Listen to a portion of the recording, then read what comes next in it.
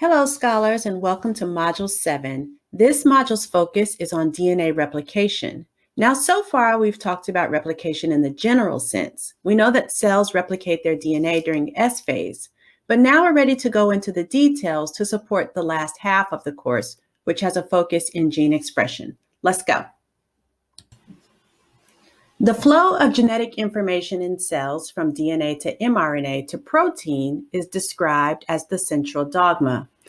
Because the information stored in DNA is so central to cellular function, it makes sense that the DNA would keep a master copy and use a working copy for protein production.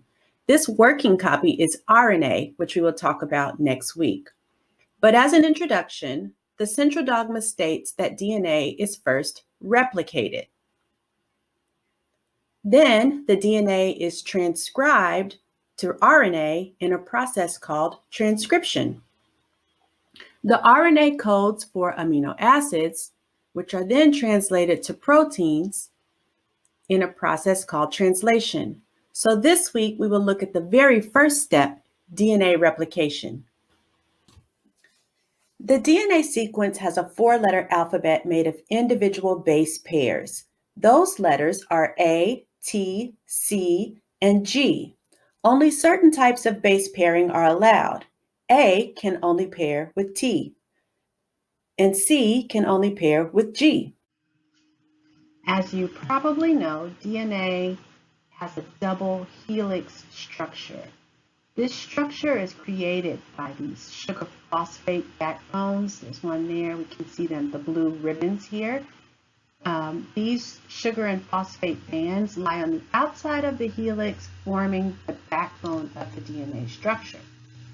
The helix's 2 strands run in opposite directions, meaning that the 5' carbon end of one strand faces the 3' carbon end of its matching strand, and DNA reads from 5' to 3', 5' to 3'.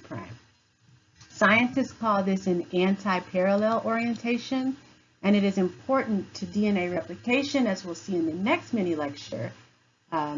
So you have 5' to 3' this way, 5' to 3' this way, and the bases are stacked in the middle. So let's look over at this part. So we see the DNA is running from 5' to 3' on this side, 5' to 3' on this side, and we see our complementary base pairs stacked up in the middle of the sugar phosphate backbone. And they're stacked here like staircase steps when we see it in the helical formation. They're held together, as we can see here, by hydrogen bonds.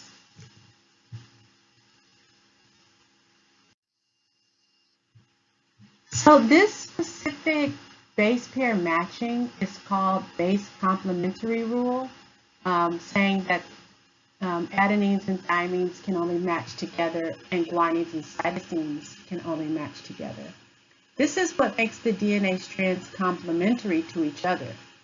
We can see here that the DNA on this strand is A, G, T, C, A, T, G, A, and the complementary strand is T, C, A, G, T, A, C, T. During DNA replication, each strand, so this one and then this one separately, copies itself, resulting in a daughter DNA double helix containing one parental strand, that's the master copy, and a newly synthesized daughter strand.